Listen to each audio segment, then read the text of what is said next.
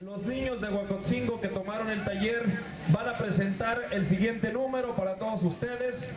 Son niños que en solo 2 días han aprendido a tocar un instrumento prehispánico y que la tarde de hoy presentan nuestros amigos el maestro Emilio y el maestro Gabriel.